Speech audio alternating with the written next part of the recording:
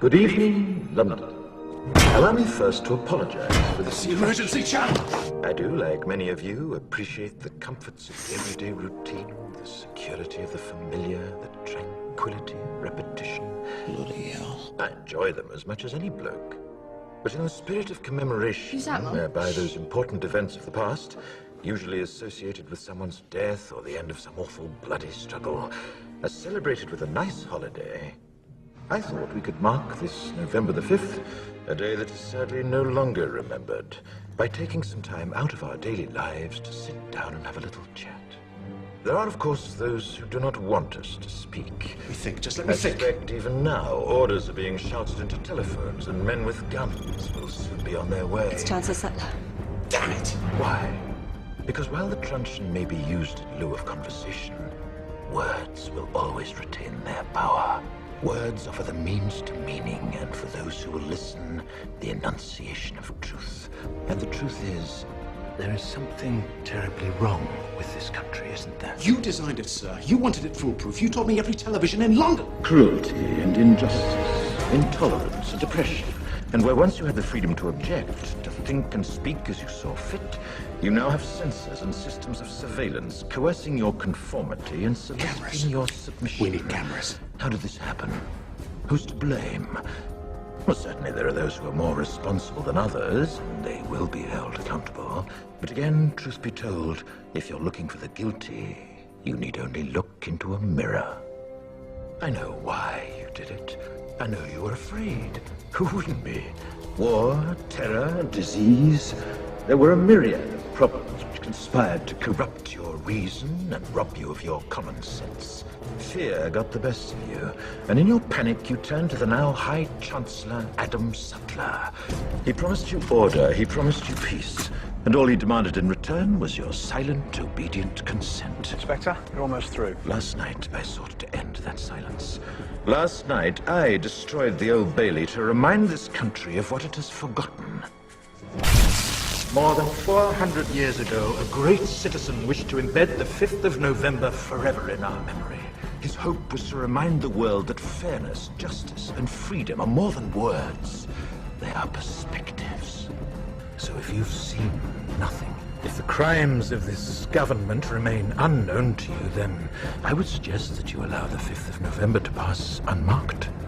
But if you see what I see, if you feel as I feel, and if you would seek as I seek, then I ask you to stand beside me 1 year from tonight, outside the gates of Parliament, and together we shall give them a 5th of November that shall never, ever be forgotten.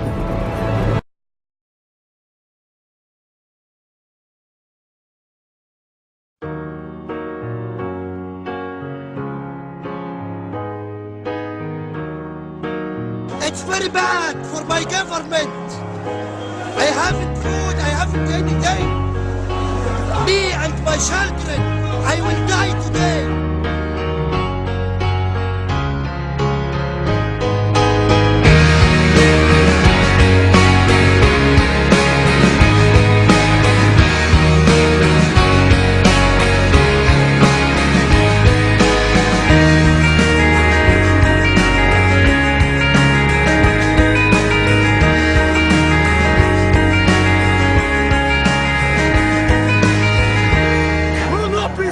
Whether you're a Christian, whether you're a Muslim, whether you're an atheist, you will demand your goddamn rights, and we will have our rights, one way or the other.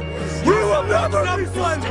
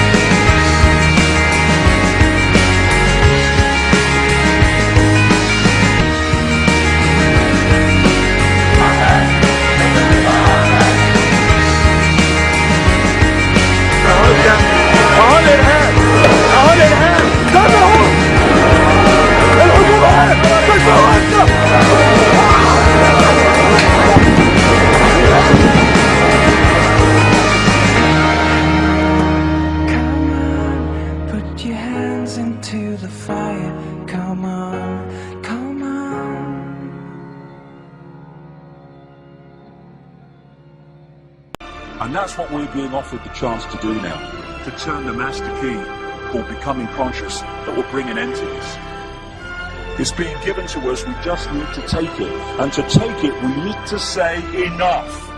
Enough of being enslaved by these people, enough of being enslaved by our manipulated ignorance, enough of being enslaved by the fear of being who we are.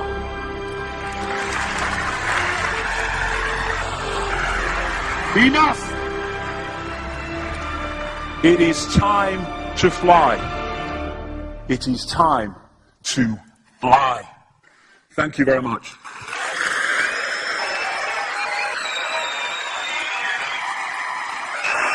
Thank you. Thank you very much.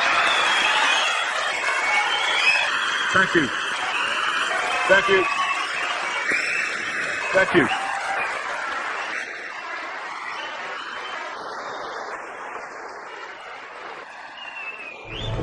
Enemy is approaching fast, requesting orders. General, what should we do? There's no response from command.